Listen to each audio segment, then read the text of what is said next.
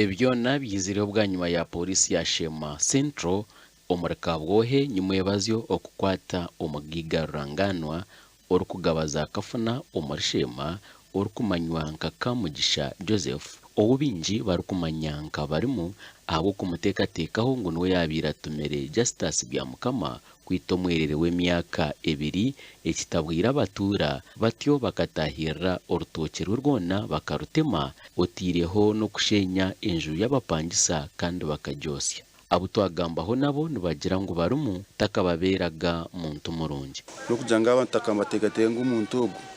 no mumbisire umwana ogu kujanga bakamuhonga mwana bataka gukinaga kinji munonga tuceresere bakwatanisiza hamwe abantu abatamu bakasaraho ibintu ebi yeshironde ndiyami zirashayishatu nahure mtumba nehiruma niyo munju natino kushohora mbene umunyenkano bwana bwanje abatura batugira ngo barumu akarimwa nekaye ahabwe imico mibi nyewe nandi nyewe mukama w'urutocyoro no kurwa umwanya wo gwakaza ngundi abo kubeki ncyoreka ngo abataka bakoze rimweki nanga bamukorire iki tubakimwende teje kikozurwe n'ikintu cyo no konkaza akore ikintu iki abataka kibakozere kuri babiri no bushungwe kandi cyancho basikamuka mu cyo banje iki acergamu akwa abantu kibakozere kuri munonga twagambaho n'abebembezi b'icwekeki batyo batugira no barabe no barara omucweka nico cumwe ngo temera urutoke takamanyerwe bitu nokwe kujumerera ekikorwe iki ako abantu tukumanoho benoha